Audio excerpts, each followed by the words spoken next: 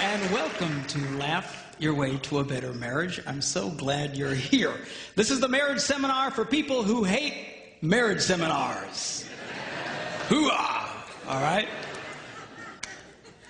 I get a kick out of watching the couples when they first come in on Friday nights. You know, the girls, they're all lit up, you know, just, ooh,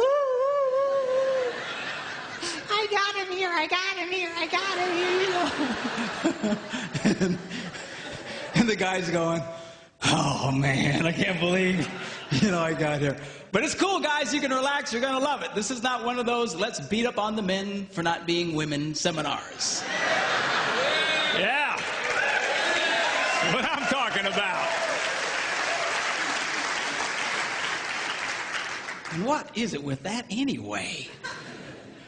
Man, you know, you ask a lot of women to describe their ideal man, and they'll describe another woman.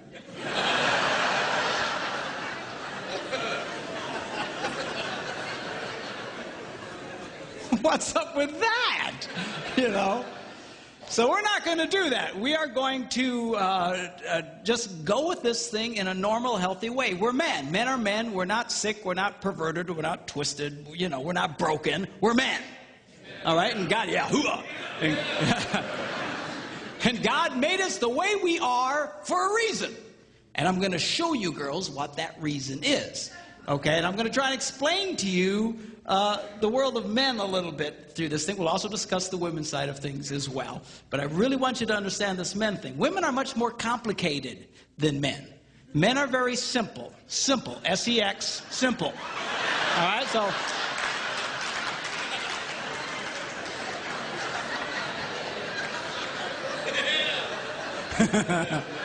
That's what I'm talking about, okay?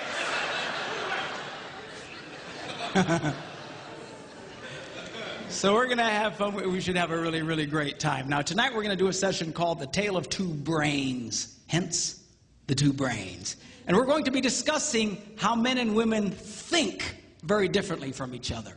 Why is that important? Because men and women are very quick to make into heart problems what are essentially head problems. A woman acts a certain way. A guy feels she doesn't care about him. He says, well, there's something wrong with your heart. You don't care about me. No, no, no. It's the way she processes information. The same with a guy. A man thinks in a certain way, and a woman thinks there's something wrong with his heart. No, it's his head. Okay? So I'm going to try and explain to you what that's all about. Then tomorrow morning we're going to do a session called Why Does He Do That? Why does she do that? Okay? See, it's one thing to understand men and women in general. It's another one to understand the one you got stuck with. Okay? So I'm going to show you how you can discover specifically what makes your spouse tick. And it's powerful information that will absolutely revolutionize your relationship. All right? Then we're going to do what I call the Yo Mama session. And it's called the #1 key to incredible sex. And boys, if you miss that, there's just something wrong with you, okay? So you gotta check it. And then we're gonna end with how to stay married and not kill anybody, okay? All very deep emotional stuff. Now, a lot of people say, well, what's your background? What's your deal? Well, my background is that I'm a minister. Now, if you're not much of a churchgoer, don't let that make you nervous. Some of my biggest fans are heathens. All right? And this isn't one of those things where we sneak you in and then beat you over the head with a Bible. All right? But I do have a Bible verse I need to show you. Okay? Because I found a Bible verse that if you follow the advice from this one Bible verse, you will never, ever, ever have a problem in marriage. How many think that's worth seeing? All right? You follow the advice from this one verse. You'll never have a problem in marriage.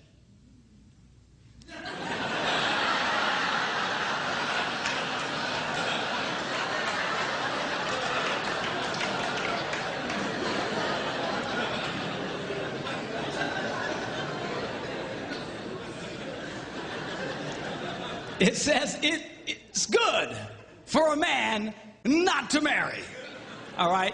So, well, why would he say that? That's such a terrible thing to say.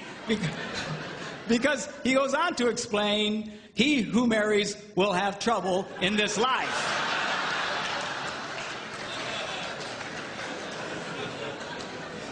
People come up to me, Pastor Mark, something's wrong. I say, what is it? We got trouble in our marriage. I go, no, that's about right. Hey, there ain't nothing wrong. That's pretty normal. Now, you don't hear these verses read at weddings very often.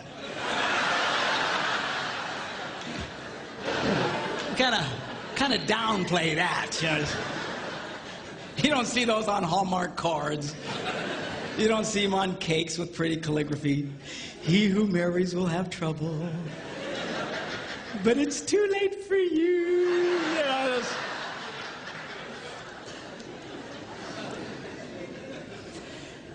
You say, if that's the case, then why get married? Because marriage is absolutely wonderful. It's great. It's fantastic. But it's not that it's without trouble. All right? And I want to show one other verse to you. Now, you don't have the deep theological training that I have, so you might have a hard time understanding this verse. But I'll try and explain it to you. This is found in Proverbs. And it goes like this. Where no oxen are, the manger is clean.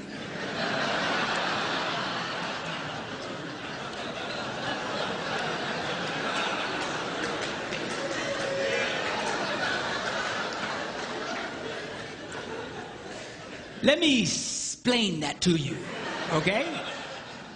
What does that mean? What it means, if you're going to have an ox, you're going to have ox poo, all right? Now, if you don't like poo, and most of us are not real big fans of poo, if you don't like poo, the temptation is get rid of the ox. Preach it, brother. No. I don't want you to get rid of the ox, all right?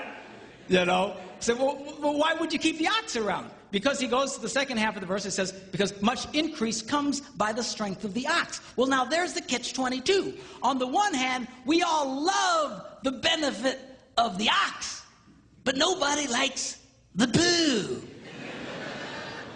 And what he's trying to tell us here is you cannot have one without the other. There is no such thing as a poo-free marriage. It just doesn't exist. Unless you shoot the ox, okay? But that leads to other problems. So this weekend is not about attaining a state of perfection in your life, all right? It's about getting a proper positive to poo ratio in your life. You see, because if all you get is poo, then you got one sick ox. Are you hearing me? All right? So, but there's no such thing as a poo-free marriage. For those of you who are having a hard time grasping this, I have a mathematical version of it. It goes, ox equals poo over positive. Some say positive over poo. But anyway, it's the ratio that we want to get going here, okay? Now, marriage is a wonderful institution. Statistically speaking, we know that married people are healthier than single people. They are actually happier than single people, assuming you're doing this right. Or you can be profoundly unhappy. They actually make more money than single people, and I'll mention a little bit later why that's true. Okay? They have better sex than single people. Now, you don't see that in our culture, in all the movies and shows, it's the single people all having really great sex, and the married people are, someone will say, well, how's your sex life? Are you kidding? I'm married.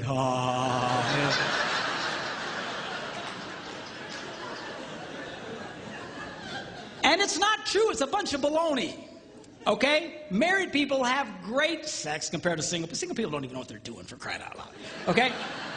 And statistically speaking, married people live longer than single people. This is particularly true for men. Statistically speaking, one of the most dangerous things a man can do in America today is remain single. It is the equivalent of smoking 2.5 packets of cigarettes a day.